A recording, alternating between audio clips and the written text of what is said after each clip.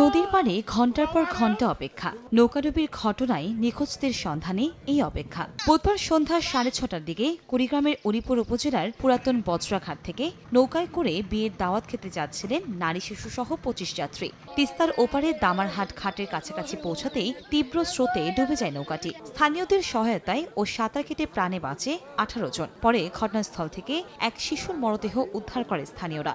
উল্টে যাচ্ছে মানুষগুলো মনে করেন যে খালি দাবাইতেছে, হাত তুলে তুলে দাবাইতেছে, বাঁচবার কোনোই নাই। 8 থেকে 10 ফিট পানি এরকম হবে, কিন্তু বালু এখানে যে আকটি থাকবে এরকম নয়।